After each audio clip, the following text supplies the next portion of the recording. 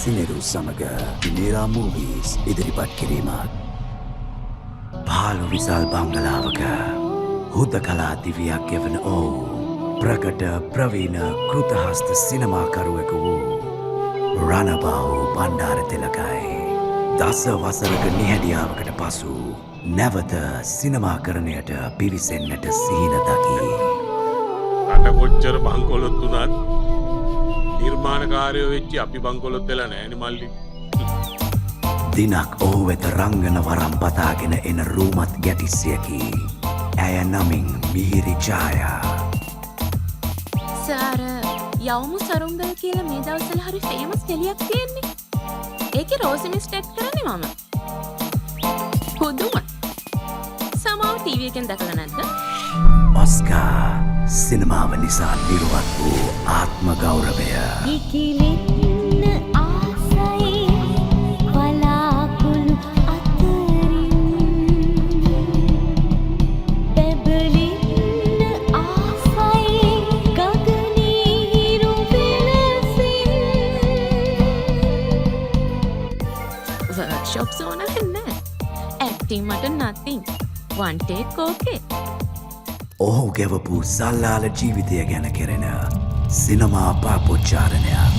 අර ගජනායක තියාගෙන පට්ට නේ ස්ක්‍රීන් ටෙස්ට් එකකට කියලා පැරඩයිස් එකට අරන් ගියක මන් දන්නේ නැහැ කියලා හිතාගෙන ඉන්නේ. මට ඒ ආරංචි වෙන්නේ නැහැ කියලා හිතාගෙන ඉන්නේ. කොහොමදම දන්නවා මගේ ෆිල්ම් වලට ගන්න කුඩියොත් එක්ක මම මුදිය ගන්නවා කියලා. තෝ මේ රෝල් කෙනෙක් යකෝ පායක මුදිලානේ. Dialogue, screenplay and lyrics. දිනෙලි රොෂාන්ති Senaratne. මගේ හීනේ කවදා හරි ඔස්කා සම්මානය ලංකාවට කියන එක. මට සර්ගේ ෆිල්ම් එක ඇඩ් කරන්න ඕනේ වෙන්නේ තන්නේ ඒ නිසා. අම්මාන ගන්න ඩිරෙක්ටර් කෙනෙක් බඳින්න ඕනෙම නෑ ළමයෝ. දක්ෂකමයි ඕනේ. Produced by Tushara De Silva. බහින එළියට.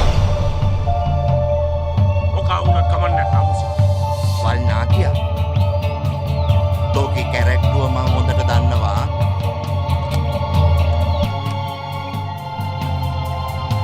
රංගනය උදෙසා මහන්සි නොවී හාන්සි වෙන්නට වෙරදරන නිලිනංගියෙක්.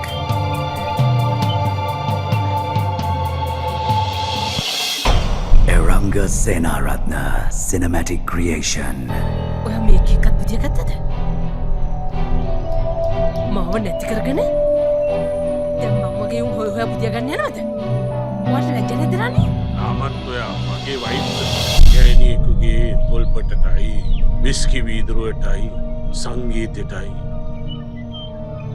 ජීවිතේ උනත් දෙන්න පුළුවන් කාලයක් තිබුණා.